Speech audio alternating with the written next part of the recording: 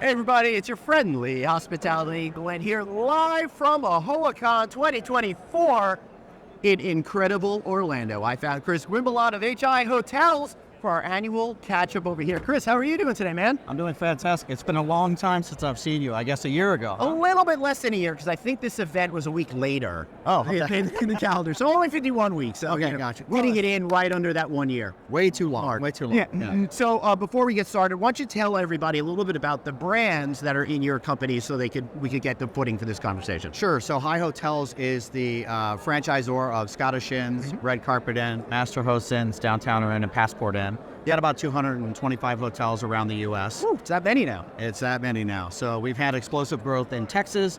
And ironically, while I was out of town on vacation last week, 3 new contracts came across my desk. Wonderful. You should vacation more often. I think I will. I think I want to vacation all the time.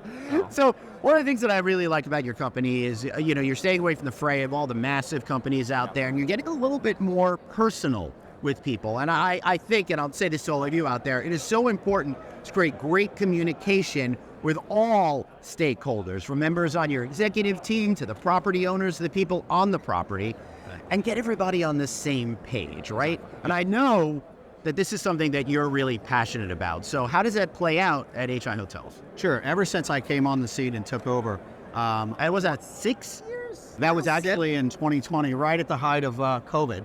Was it? And it was October of 2020. So, all right, the last 4 years feels like 6 years.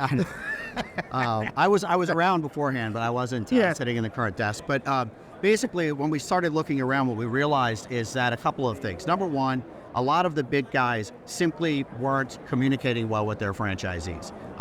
The other thing we realized is a lot of them weren't listening to their franchisees. Right. And finally, there was a lot of scope creep and a lot of amenity creep, and it was really upsetting and putting out some of the franchisees. So Right. what we did is we spent a lot of time over the last 4 years implementing solutions for each of those problems. So what are your owners really looking for? What the owners are really looking for in our brand is to provide quality lodging to their guests without onerous restrictions that don't net them any higher revenue.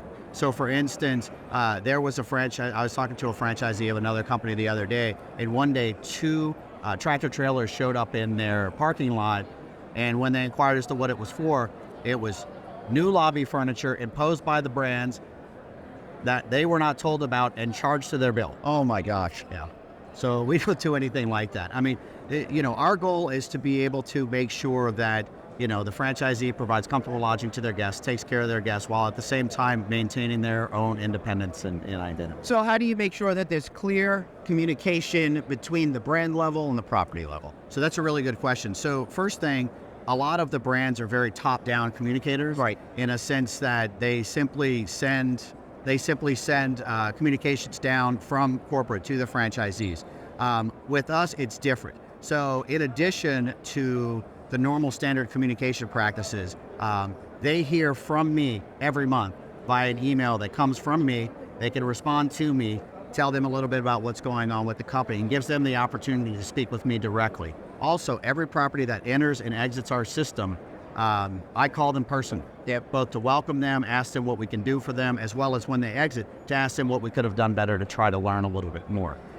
From the communication from the franchisees, we found that a lot of the franchise companies simply were not listening to their franchisees. So the biggest thing that we did is we founded an advisory council.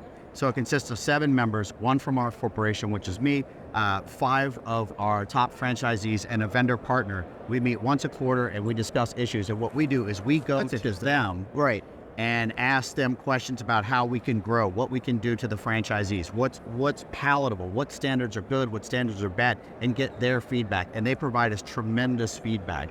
In fact, one of the things that they approved on our call 2 weeks ago is something that we're going to call the Best of the Best program, whereby we are actually going to, instead of taking a stick approach to prevent standard creep, what we're going to do is reward properties that have higher caliber standards without punishing those that don't. Oh, that's really cool. I like that idea. So why have a vendor in the organization as well? Because a vendor, sometimes you get a little bit of the inability to see outside of your own little world. The vendor provides an exterior sort of viewpoint that the franchisees sometimes miss, and quite honestly, sometimes that we miss as well. Totally. I love that approach. In fact, I've been joining a lot more advisory boards and regular boards and stuff because people like the fact that I can see things from all the different point of views, and it kind of fills in a knowledge gap for them. So how do you create good, honest communication that yields real results instead of it turning into just a lot of platitudes? That's a really good question. So essentially, I think the fact that we're open and available to our franchisees, right? Every franchisee that I've ever spoken with has my personal cell phone number. Mm-hmm. They can call me anytime, and I tell them, please save my phone number. You can call me anytime. Every person on our staff is available. Communications don't come from constant contact, they come from us personally. People can respond. So what we like to say is that we're small enough to listen, but large enough to produce. I like it. So what are your goals for this upcoming year? So Like, now we got to get them all the way out because I may not speak to you again for another year. Exactly. Not that we exactly. don't want to. It's just that, legal sanctions and all. I do have to say that this is one of the highlights of my whole con is talking with you. So That's really nice, but I also feel terrible for you. That's a highlight. Well, there's some other good things Yeah. too. But one of the goals, so Advisory Council just turned 1 year old. Yep. So we're going to continue with that. But they just Did you give it its first chocolate cupcake? No, but what we did is actually I can announce this on your show. We're going to send each of them plaques for their service on the Advisory Council, and also they have shirts. Yeah. But we're going to get together with a lot of them here, which is great. But they've approved this best of the best program, so now we're going to work on that. We've actually put into place so many programs in the last couple of years. What we decided to do is take a step back, and instead of continue to launch and launch and launch, Right. to better communicate the programs that we already have, to stick with this communication and getting. That's really important because one of the problems that I see with every hotel company out there is there's so many resources that are provided, but either the owners are overwhelmed or can't figure out how to tap into those resources, Yeah. right? My philosophy in life is add one thing, Yeah. figure it out, make it part of your routine, and then add another thing. So I like that you're focusing on what you already have in that spirit of getting people to really absorb that. I think you're absolutely right. In fact, in December, and I kind of mentioned it to you last year, is that we were going to launch an online educational portal for our Yep. franchisees. And we did that. And the initial uptake was slow. But now we're focused on getting more franchisees registered because once they do, they see the value of it, right? And it also kind of cuts down on support issues as well. Right. But it allows us to continue working with them on a personal level, but work on more advanced things because they can handle some of the simpler things by learning in the portal. So Yeah. that's helped out a lot. I really love that. So anything else that you want to add? The only thing I'll say is that we're really looking forward to this AAHOA Con. We've had an excellent, like I mentioned, 3 properties cross my desk. We're coming in with really good momentum.